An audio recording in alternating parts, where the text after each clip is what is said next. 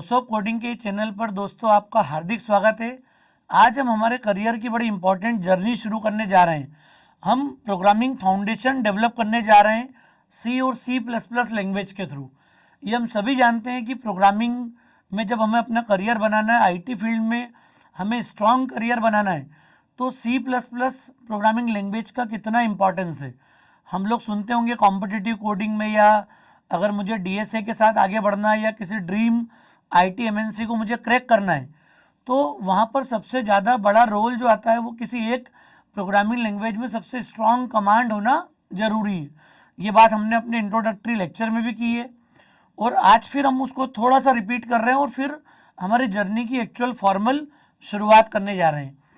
तो दोस्तों, मैंने एक बड़ी इंपॉर्टेंट बात आपसे की थी, आपको याद होगा लास्ट जो वीडियो था, इंट्रोडक्टरी वीडियो, वहाँ पर हमने डिस्कस किया था कि हम किसी भी एक लैंग्वेज के साथ अपनी जर्नी शुरू कर सकते हैं। वो लैंग्वेज सी प्लस प्लस भी हो सकती है, जावा हो सकती है, पाइथन हो सकती है, या कोई और लैंग्वेज अगर आपकी चॉइस में है तो उसके थ्रू भी हम लोग अपना करियर डेवलप कर सकते हैं। बात इम्पॉर्टेंट क्या है कि इस सीरीज़ में हम लोग सभी टेक्नोलॉजी के साथ में अपनी सीरीज़ लेकर आएंगे। जावा के साथ भी हमारी सीरीज़ होगी, पाइथन के साथ भी होगी।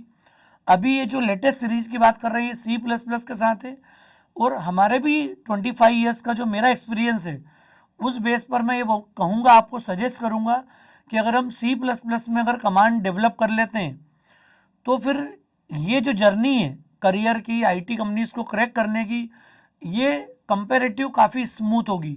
हमारे पास काफ़ी रिसोर्स अवेलेबल है सी प्लस प्लस के अंदर। इसमें एक स्ट्रॉन्ग एसटीएल का सपोर्ट होगा जब आप कॉम्पिटिटिव कोडिंग फेस करोगे, जब डीएसए को आप इम्प्लीमेंट करोगे।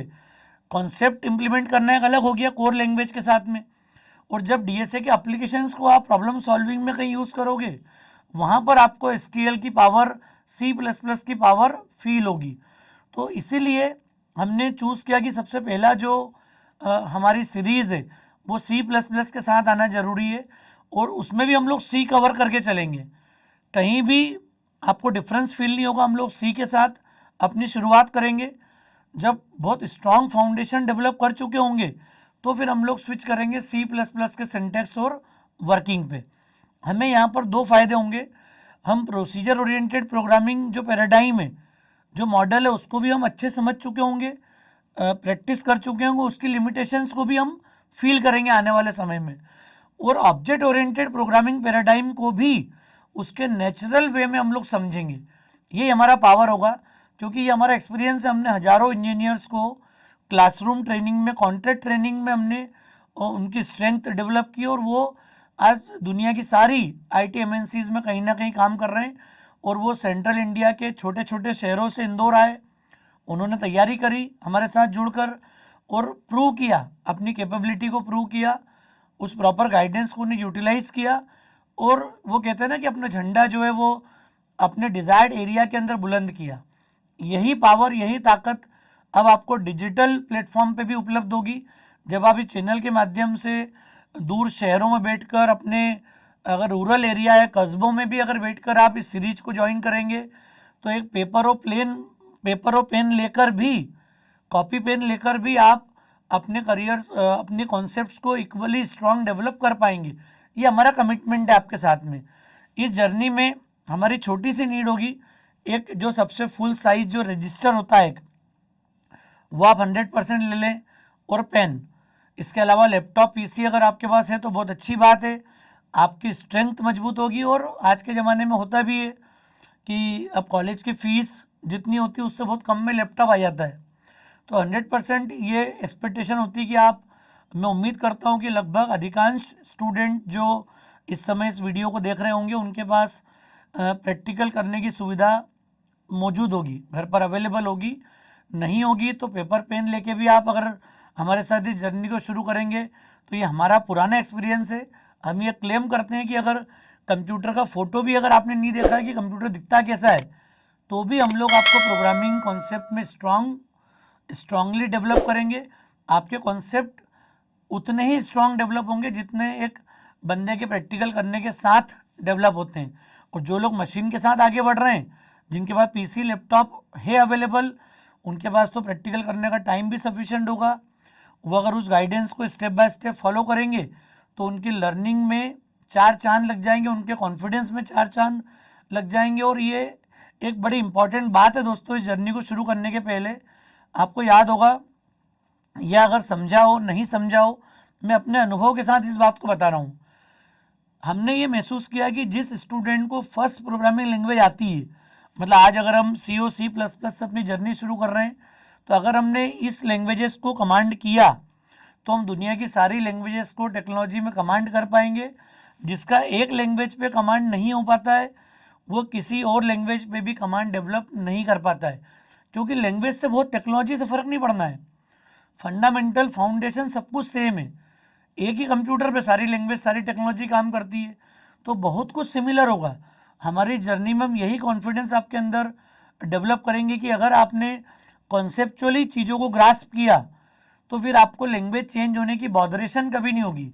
कभी आपको फील नहीं होगा कि मैं किसी एक्स टेक्नोलॉजी में तो कॉन्फिडेंट हूँ और वाई टेक्नोलॉजी जो है that is not my cup of T. ये थॉट आपका कभी नहीं बनेगा। ये मेरे अनुभव से बता रहा हूँ। मेरा अनुभव मतलब 25 ईयर्स हो गए मुझे आईटी इंजीनियर्स को ट्रेंड करते हुए, मतलब I have been teaching since 1998। तो आप समझ सकते हैं कि हज़ारों इंजीनियर्स को कॉन्टेक्ट क्लासरूम में हम लोगों ने ट्रेंड किया और उसके बाद हमने उनको डेवलप किया। सबसे बड़ी बात ये, हमारी क्लासेस में कॉमर्स और मैनेजमेंट के स्टूडेंट्स भी आए और उन्होंने भी उसी कॉन्फिडेंस के साथ अपनी जर्नी को कंप्लीट किया और बड़े से बड़ी कंपनीज को क्रैक किया। इसी कॉन्फिडेंस के साथ हम लोग इस यात्रा को शुरू कर रहे हैं, इस जर्नी को स्टार्ट कर रहे हैं। आपको याद होगा मैंने बताया था आपको, हम इस पूरी जर्नी को 3 इम्पॉर्टेंट फेज़ में शुरू करेंगे। फेज़ 1 जहाँ पर कंप्लीटली हमारा पूरा फोकस जो है वो फाउंडेशन पार्ट पे होगा कि आपके लॉजिक बिल्डिंग कैसी है। कोई व्यक्ति अगर ये असेसमेंट करे, कोई कंपनी असेसमेंट करे कि किसी को प्रोग्रामिंग आती है या नहीं आती है, तो उसका असेसमेंट इस फेज़ 1 में जो लर्निंग आपकी होगी उसके बेसिस पर डिफाइन होता है। फेज़ 2 की लर्निंग में हम लोग प्रोग्रामिंग इफ़िशेंसी इम्प्रूव करेंगे, डेवलप करेंगे, जिससे हम लोग ज़्यादा बेटर प्रोग्रामर, ज़्यादा इफ़िशेंट प्रोग्रामर की गिनती में शामिल हो पाएँ। और थर्ड जो हमारा तरीका होगा, थर्ड जो फेज़ होगा, वहाँ पर हम लोग ऑब्जेक्ट ओरिएंटेड पैराडाइम को कम्प्लीटली इम्प्लीमेंट कर रहे होंगे। उसका फ़ायदा ये मिलेगा कि जो फ्यूचर हमारा होगा, जो फ्यूचर जर्नी आपकी होगी, वहाँ पर ऑब्जेक्ट ओरिएंटेड प्रोग्रामिंग पैराडाइम को लेकर आपका कॉन्फिडेंस जो है वो 7वें आसमान पर होगा। इस बात का भरोसा हम आपको इस आज की जर्नी से जब शुरू कर रहे हैं, जब से ये भरोसा हम आपको दिलाते हैं। तो दोस्तों हम लोग शुरू कर रहे हैं अपनी इम्पॉर्टेंट जर्नी, देखते हैं क्या कैसे होगा। तो अब सबसे पहले मैं तो यहाँ से मान के चल रहा हूँ, जिनको आता है सब कुछ बहुत अच्छी बात है। वो लोग जो नोवाइस यूज़र है, जिन्होंने पहली बार अगर प्रोग्रामिंग सीखने का कुछ सोचा है, उनका सपना है, तो उनके लिए मैं इस जर्नी को बिल्कुल बॉटम लाइन से स्टार्ट कर रहा हूँ। जिनका कंप्यूटर फील्ड होगा, कंप्यूटर बैकग्राउंड होगा, उनसे मेरा रिक्वेस्ट है कि आप पहले जो 2 सेशन हैं इनको थोड़ा सा आप धीरे धीरे स्टेप बाय स्टेप समझिए, then we will start our actual C language journey. तो दोस्तों सबसे पहले हम बात करते हैं कंप्यूटर से। हम सभी समझते हैं कि ये जो प्रोग्रामिंग हम लोग सीखने जा रहे हैं, जो फाउंडेशन हम लोग डेवलप करने जा रहे हैं, ये आप सी लैंग्वेज की प्रोग्रामिंग या सी प्लस प्लस की प्रोग्रामिंग कहाँ जाके लिखेंगे, कोड कहाँ जाके करेंगे आप? ऑब्वियसली हम किसी कंप्यूटर पर, किसी लैपटॉप पर जाके अपनी कोडिंग करेंगे। इसका मतलब है कि जो लैंग्वेजेस आप यूज़ कर रहे हो वो लैंग्वेज आपकी मशीन के हार्डवेयर को यूज़ करेगी। अरे आज मैं प्रोग्राम लिखना शुरू करूँगा तो मुझे मेरा थॉट क्लियर होना चाहिए डे 1 से। प्रोग्रामिंग याद करने का सब्जेक्ट नहीं कि आप इसे कुछ सिंटेक्स याद करने से प्रोग्रामिंग सीख जाते हैं। हमें क्या करना है यहाँ पर, हम बिल्कुल स्क्रैच से स्टार्ट करेंगे, फर्स्ट लेवल से। हम ये समझेंगे कि व्हाट इज़ कंप्यूटर, कंप्यूटर है क्या, वहाँ से हम लोग अपनी जर्नी शुरू करेंगे और step by step, concept bye concept हम लोग आगे बढ़ेंगे। एक समय के बाद आपके अंदर वो कॉन्फिडेंस आएगा कि मैं सी या सी प्लस प्लस का प्रोग्राम, जावा का प्रोग्राम, पाइथन का प्रोग्राम क्यों लिख रहा हूँ, इसके क्या मायने हैं प्रोग्रामिंग में, या हार्डवेयर का इसके साथ क्या कनेक्शन है। इन बातों को हमें समझना जरूरी है। तो दोस्तों सबसे पहले हम लोग यहाँ समझना शुरू करते हैं।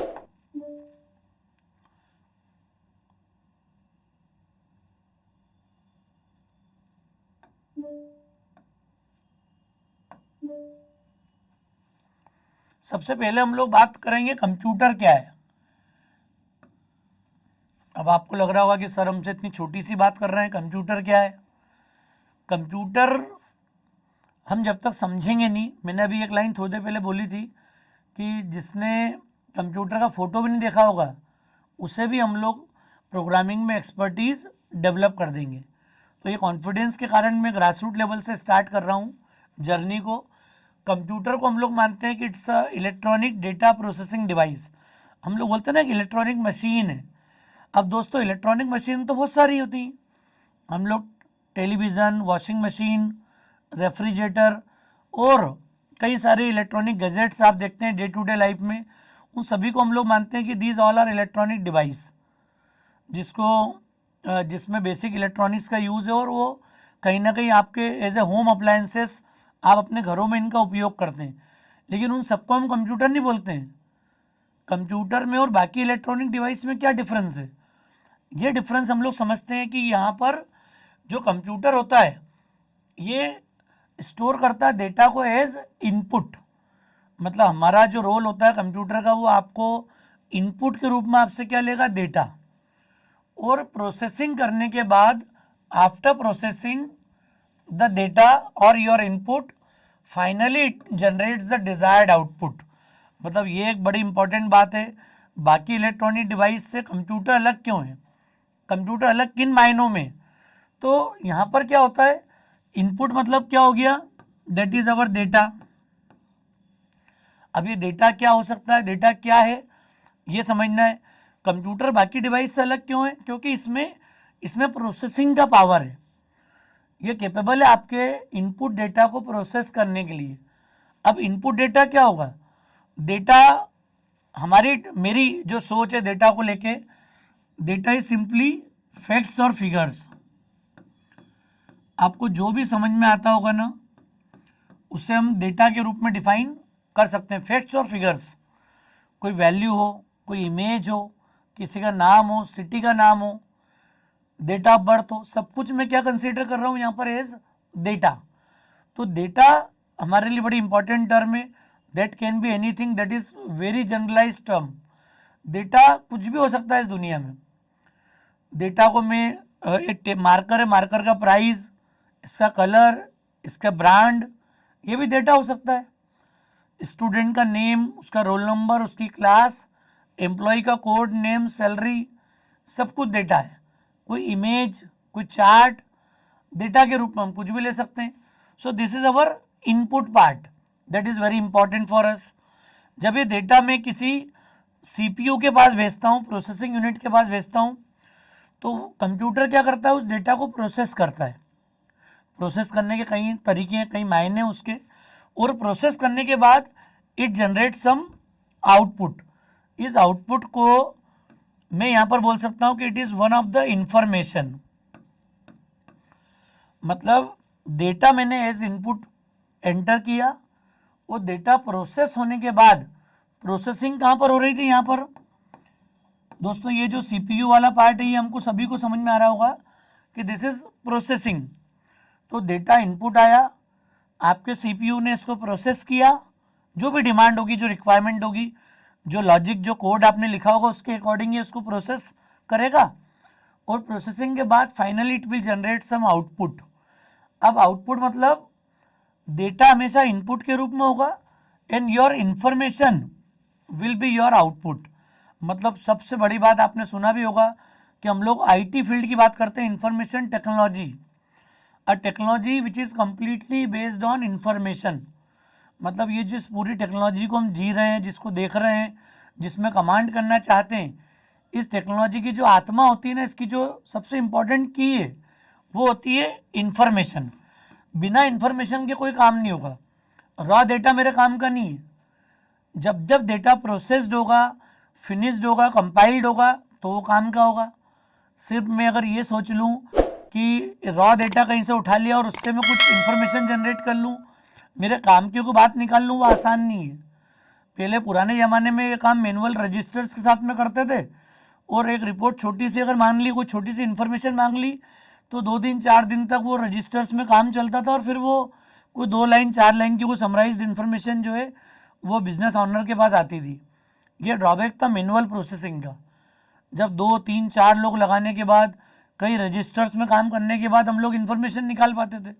कंप्यूटर आने के बाद क्या फ़ायदा हो गया कि एक क्लिक पर, एक सिंगल क्लिक पर मैं अपनी डिज़ायर्ड जो इन्फॉर्मेशन है वो जनरेट कर पाता हूँ, वो आउटपुट में जनरेट कर पाता हूँ। तो ये सबसे बड़ी ताकत है। इसी ताकत के लिए हम आज प्रोग्रामिंग सीखना शुरू कर रहे हैं और सबसे पहली जर्नी यहीं से स्टार्ट होती है। अब मैं थोड़ी सी और बात करता हूँ, थोड़ा सा हमारे लैंग्वेज वाले दृष्टिकोण से मैं इसको डिस्कस करना शुरू करूँगा। डेटा की डेफिनेशन हमारे लिए क्या है? तो दोस्तों, डेटा की डेफिनेशन हमारे लिए क्या हो गई? सपोज मैंने 2 नंबर्स को ऐड करने का प्रोग्राम बनाया।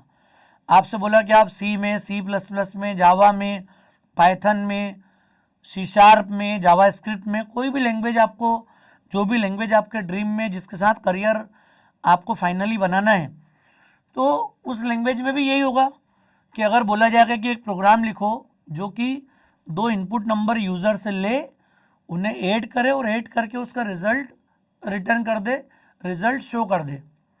अब दोस्तों, बड़ी इंपॉर्टेंट बात हमारे लिए क्या हो गई कि जब ये काम मैनुअली करते हैं, आप और मैं खुद करेंगे, अगर हम कंप्यूटर की बात नहीं करते हैं अभी, तो क्या हम लोग करेंगे यहाँ पर? मैं एज ए ह्यूमन बीइंग अगर मैं आपसे डेटा लूँगा तो क्या करूँगा? आपने मुझे वैल्यू दी कि सपोज ए जो है sir, there is one value A, उसको मैंने वैल्यू दे दी 40 और बी को मैंने एक वैल्यू दे दी 30। अब ए एक वैल्यू, एक मतलब कहने का मतलब ए भी तो मैंने समझाने के लिए लिखा है आपको। एज ए ह्यूमन बीइंग आप क्या करोगे? 40 और 30 को लोगे, अपनी मेमोरी में स्टोर करोगे। चूँकि हमें एडिशन आता है तो हम लोग तुरंत ऐड कर लेंगे कि हम 40 + 30 70, और 70 में आपको रिप्लाई कर दूंगा। अब कोई कॉम्प्लेक्स अगर फिगर आ जाए, मल्टीप्लिकेशन आ जाए, पावर आ जाए, स्क्वायर रूट आ जाए, तो मैं मैनुअली इतनी तेज़ी से इसको प्रोसेस नहीं कर पाऊँगा। ह्यूमन बॉडी की अपनी लिमिटेशन है, इसलिए तो हम कंप्यूटर के पास गए। कंप्यूटर के फ़ायदे क्या हैं? कंप्यूटर के एडवांटेज क्या है? जब कंप्यूटर का एडवांटेज आपके दिमाग में बैठ जाएगा ना, तो वहीं से प्रोग्रामिंग करने के फ़ायदे आपको समझ में आना शुरू होंगे। जब तक मैं कंप्यूटर का फ़ायदा नहीं समझ पाऊँगा, मैं ये नहीं समझ पाऊँगा कि C++ सीखने के फ़ायदे क्या हैं, मुझे जावा सीखने का एडवांटेज क्या होगा, मुझे पाइथन सीखने का एडवांटेज क्या होगा। कोई भी लैंग्वेज पर कमांड करना या उसको सीखने का इंटरेस्ट कब डेवलप होगा? जब तक कि हम ये स्वीकार नहीं कर पाएँ कि कंप्यूटर जिसको मैं यूज़ कर रहा हूँ डे टू डे लाइफ में, इसके फ़ायदे क्या हैं मुझे। तो मैंने अभी आपसे एक एग्जांपल पूछा कि जो 2 नंबर मुझे दिए होते, मैं इसे अपनी मेमोरी में स्टोर करता, मेरे प्रोसेसर से उसको ऐड करता, प्रोसेस करता, और वो रिज़ल्ट में आपको शो करता।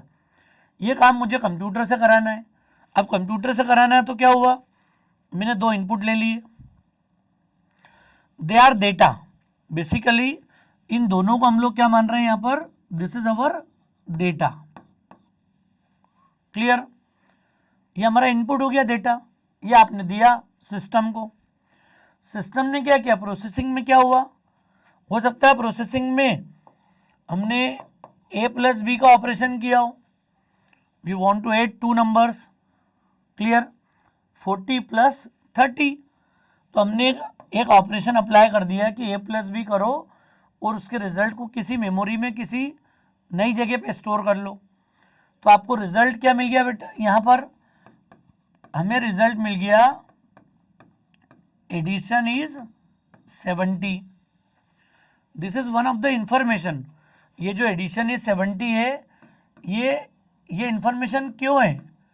ये बताता है कि जब मैं 40 और 30 को ऐड करूंगा तो the addition of 40 and 30 is 70। This is one of the information. अगर मैं ये बोल दूं कि यहाँ पर मुझे मल्टीप्लाई करना है, A × B, मेरा इनपुट सेम है, सेम इनपुट लिया 40 30, बट मैंने अपना प्रोसेसिंग ऑपरेशन चेंज कर दिया। चेंज करके क्या किया हमने? A × B मतलब क्या हो गया? 40 × 30। तो आपको रिजल्ट मिल गया मल्टीप्लीकेशन ऑफ 2 नंबर इज 1200, क्योंकि 40 × 30, तो आपका रिजल्ट क्या आ गया? This is what? 1200। This is another information. Another information क्यों है? क्योंकि 40 30 का एडिशन तो 70 था और 40-30 का मल्टीप्लिकेशन 1200 है। ये बताता है कि जब मैं कंप्यूटर को अगर मेरा इनपुट सेम रख लूँ, सेम इनपुट के साथ काम करूँ, तो कॉन्सेप्चुअली क्या होगा, अलग अलग तरह के प्रोसेसिंग ऑपरेशन अप्लाई करने के बाद मैं अलग अलग इंफॉर्मेशन जनरेट कर सकता हूँ। तो प्रोग्रामिंग में इसका एडवांटेज क्या मिला हमको, हमें एडवांटेज मिला कि अगर मेरे इनपुट सेम भी होंगे तो मैं डिफरेंट प्रोसेसिंग स्टेटमेंट्स का यूज़ करके अलग अलग तरह की इंफॉर्मेशन जनरेट कर पाऊँगा। ये कैपेसिटी है कंप्यूटर की, ये उसका फ़ायदा है कि हम लोग डेटा प्रोसेसिंग की बात क्यों कर रहे हैं, कंप्यूटर बाकी इलेक्ट्रॉनिक डिवाइस से अलग क्यों है, क्योंकि इसमें प्रोसेसिंग का पावर है, इसमें कैपेसिटी है कि आप कई और तरीक़ों से इसको प्रोसेस कर सकते हो। आप डिवाइड कर सकते हो, क्लियर, आप सब्ट्रैक्शन पूछ सकते हो, डिफरेंस a माइनस बी, तो आप बोल देते हैं यहाँ पर, अगर मुझे बोला जाता कि k is equal to a minus B, तो a माइनस बी अगर प्रोसेस करना होता तो हमें पता लग जाता the difference of these two number is 10, 40 minus 30, data same है, इनपुट सेम है, and what we are receiving different kind of information. तो प्रोग्रामिंग दोस्तों यही है, प्रोग्रामिंग को नई बात नहीं है, दुनिया के सारे प्रोग्राम में, चाहे वो कोई भी लैंग्वेज का प्रोग्राम हो, किसी भी लैंग्वेज में आपको कोडिंग अगर स्टार्ट करनी है तो एक थॉट हमारे दिमाग में फिक्स हो जाना चाहिए कि ये जो सीक्वेंस है वो क्या होगी।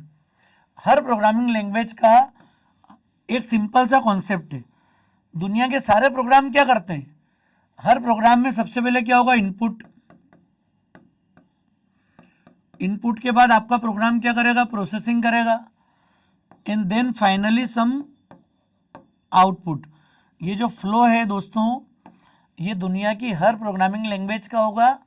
ये दुनिया में जहाँ भी कोडिंग प्रोग्रामिंग की बात आएगी, सबसे पहली स्टेप होगी there should be some kind of input, then in the second step we will go for processing that input whatever you received, and in the third phase we will display the output part.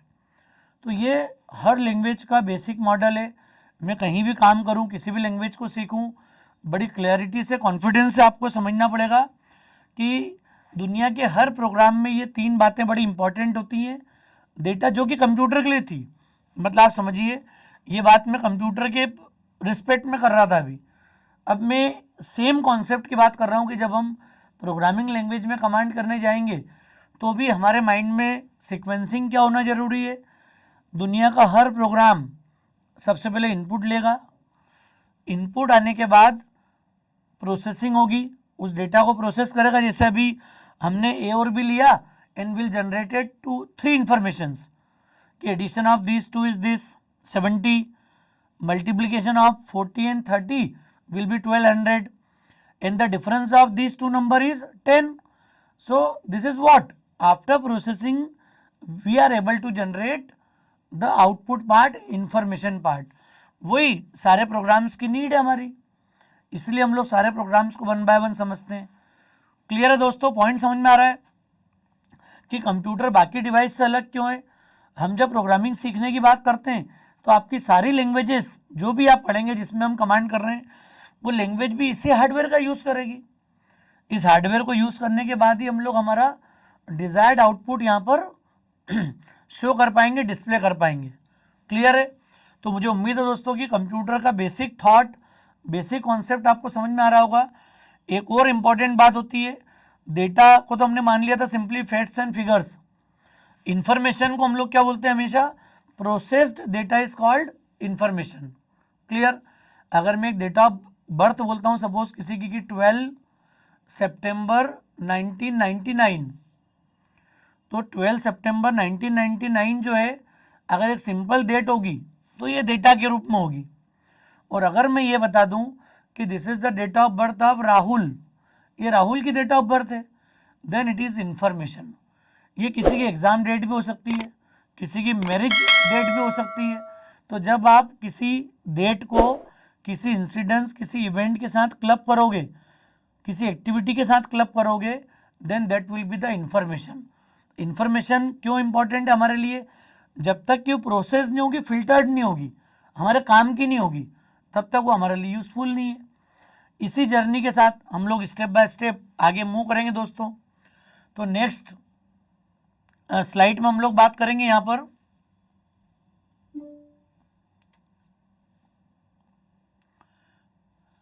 Computer के advantages को लेकर, फ़ायदे क्या हैं। ये बात मैं इसलिए कर रहा हूँ कि हालांकि ये किसी प्रोग्रामिंग लैंग्वेज के करिकुलम में नहीं होता है, वो शॉर्ट में आपसे बात करूँगा कि कंप्यूटर के फ़ायदे क्या हैं। तो दोस्तों दिख ही रहे, हाई स्पीड है, जो काम मैं और आप मैनुअली इतनी तेज़ी से मैथमेटिक्स नहीं कर पाते डेटा के साथ में, मशीन जब हम यूज़ करेंगे तो हज़ारों लाखों इंस्ट्रक्शंस को एक बटन दबाकर हम लोग एग्जीक्यूट कर पाएंगे, प्रोसेस कर पाएंगे। या हाई स्पीड एक्यूरेसी है, आप और मैं जब मैनुअली प्रोसेस करेंगे तो हो सकता है गलतियां कर जाएं, मल्टीप्लिकेशन में कर दें, पावर में कर दें, कहीं ना कहीं हो सकता है कि हम लोगों से ह्यूमन एरर के रूप में कुछ गलतियां होने की पॉसिबिलिटी रहती है। स्टोरेज कैपेसिटी, मेरी आपकी लिमिटेशन है डेटा को स्टोर करने की। कंप्यूटर के पास बहुत कॉम्पैक्ट फॉर्म में ह्यूज कैपेसिटी है, जहाँ पर हम लोग बहुत बड़ा डेटा स्टोर कर सकते हैं, उस डेटा को प्रोसेस कर सकते हैं बाद में। वर्सेटिलिटी एक इम्पॉर्टेंट कॉन्सेप्ट है कि उतनी वर्सेटाइल है फील्ड की, जहाँ पर हम लोग कंप्यूटर की पावर को, उसकी यूटिलिटी को समझ सकते हैं। रिलायबिलिटी है, भरोसा उस सिस्टम पर आपको रहेगा। ऑटोमेशन का एक एडवांटेज है आपके साथ में यहाँ पर। रिडक्शन इन पेपर वर्क है, जो काम आप मैनुअली करते थे वो कहीं ना कहीं हम रिड्यूस कर पाएंगे इसके साथ में। और रिडक्शन इन कॉस्ट, मतलब जो कॉस्ट मैनुअल प्रोसेसिंग में आती थी आपको, कंप्यूटर इम्प्लीमेंट होने के बाद, कंप्यूटराइजेशन होने के बाद वो सब चीज़ें कॉस्ट इफेक्टिव होती जा रही हैं। बहुत कम लेबर में कई लोगों की प्रोसेसिंग को, कई लोगों के काम को हम लोग अकेले कंप्यूटर के साथ प्रोसेस कर सकते हैं, एग्जीक्यूट कर सकते हैं। ठीक है दोस्तों, तो ये एक एडवांटेजेस वाला पार्ट है। मेन जो पॉइंट होते हैं वो होते हैं स्पीड, एक्यूरेसी और स्टोरेज कैपेसिटी। ये तीन बड़े की फैक्टर है। बाकी तो हम लोग कई सारे और पॉइंट है जिनको डिस्कशन में ला सकते हैं, लेकिन ज़रूरी जो है वो पहले तीन पॉइंट बहुत ज़्यादा ज़रूरी, स्पीड, एक्यूरेसी और स्टोरेज कैपेसिटी, जिसके कारण हम लोग मशीन का यूज़ करते हैं, कंप्यूटर का यूज़ करते हैं अपने डे टू डे ऑपरेशंस में, डे टू डे वर्क में। डिसएडवांटेज छोटा सा है कि कंप्यूटर अपने मन से कुछ भी नहीं कर पाता है। हम बोलते हैं ना कंप्यूटर में कोई इंटेलिजेंस नहीं होगा, जैसे आप और मैं जाएं, जहाँ ह्यूमन इंटेलिजेंस की बात आती है, हम लोग इमोशंस के साथ चीज़ों को समझ पाते हैं और इंटेलिजेंस के हिसाब से अपने डिसीजन ले पाते हैं। कंप्यूटर की लिमिटेशन क्या है कि उसके पास इंटेलिजेंस नहीं है, हर इंस्ट्रक्शन उसको देना पड़ेगी आपको। दूसरी बात, computer can not take any decision on its own, मतलब वो अपने मन से कोई डिसीजन नहीं लेगा।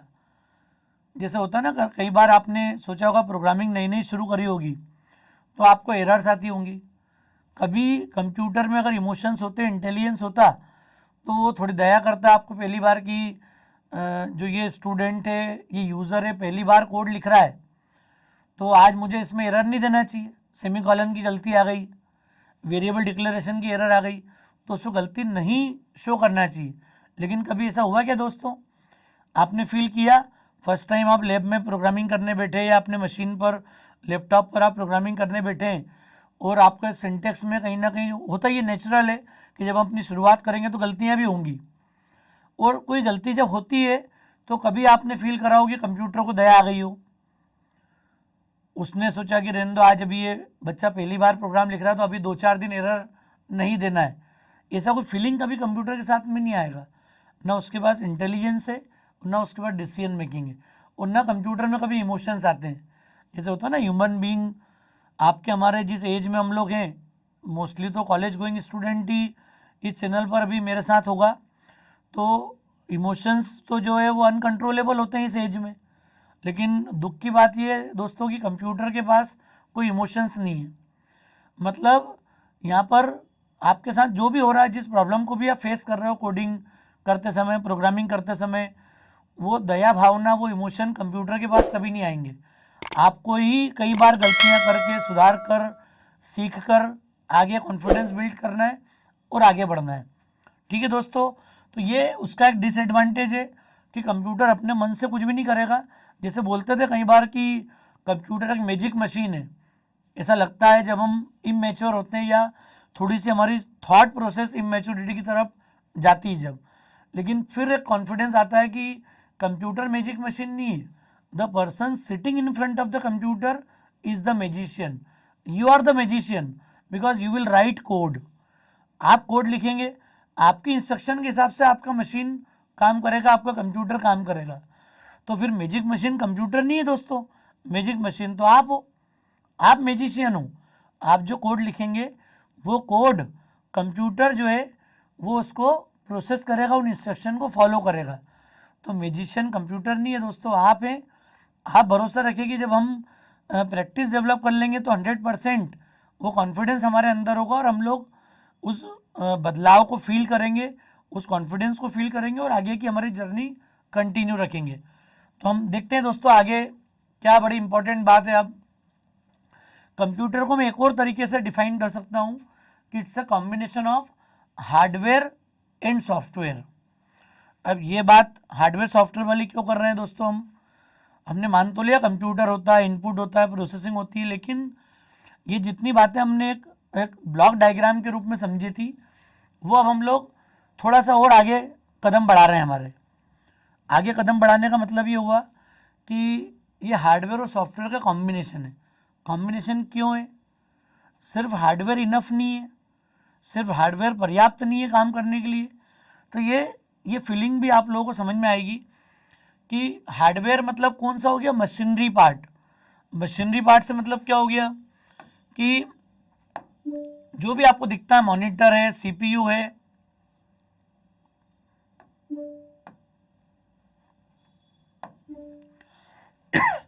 Monitor, CPU, keyboard, mouse, printer, ये हमने डे टू डे लाइफ में देखे हैं इनको, जिसको हम छू सकते हैं, देख सकते हैं, वो सब कुछ हमारे लिए क्या है, हार्डवेयर है।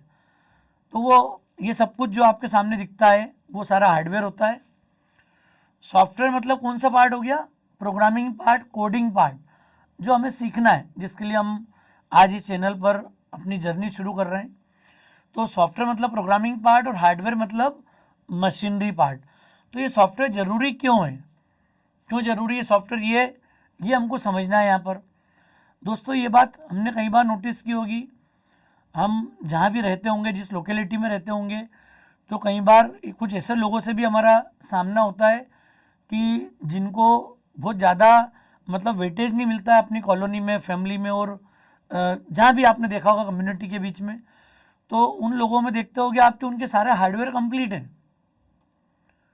आप उनको जितने भी हार्डवेयर उनके देखोगे सब कंप्लीट हैं, सिर्फ एक चीज़ की थोड़ी सी कमी अगर महसूस होती है, वो होती है सीपीयू की।